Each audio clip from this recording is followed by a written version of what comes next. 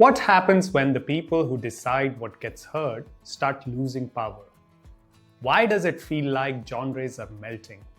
Why does country music sometimes sound like pop? Is it the artists or the gatekeepers?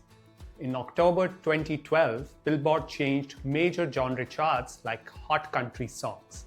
They started counting digital sales and streaming, not just country radio play. In other words, Billboard changed the scorecard for country hits. And that mattered because that week, country radio stations lost their grip on controlling the charts and defining success.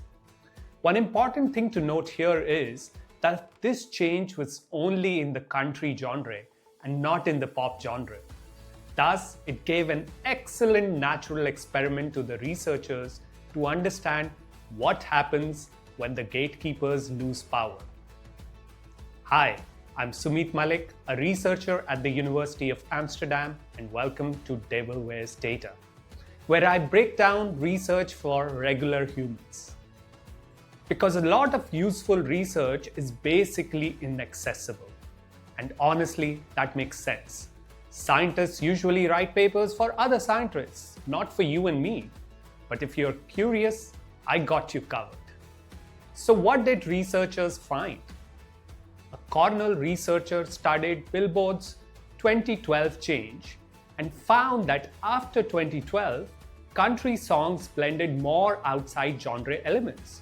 The pattern shows up across thousands of songs, and pop doesn't show the same shift, which makes the timing hard to shrug off as just a coincidence. Even more interesting, the borrowing comes mostly from big mainstream genres, not niche ones. And it sticks around. It stays pretty steady after the change. So what's going on? The idea is this. Genre is a filter for attention. If a gatekeeper decides you don't belong, your song can disappear before anyone ever hears it. Established gatekeepers like radio stations tend to have strong genre expectations. They can spot violations and they value genre clarity. After all, a clear genre gives them control. For example, if you're a country station, advertisers know who they are paying to reach. Playing an in-between track risks listeners switching stations. Clear rules let a small team program thousands of hours without debating every song. Essentially, if a radio station defines what counts as a country song, it decides who gets access to the audience. So when Billboard changed the rules and radio's control weakened, the incentive changed. It wasn't just artists getting experimental. It looks more like a strategic shift to appeal to the large audience that now mattered in the ranking. The bigger takeaway is this. Consumer preferences and gatekeeper influence aren't the same thing.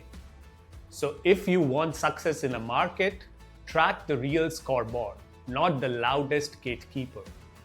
If you care about rankings, find out who controls the formula and then design for the audience that actually moves the needle.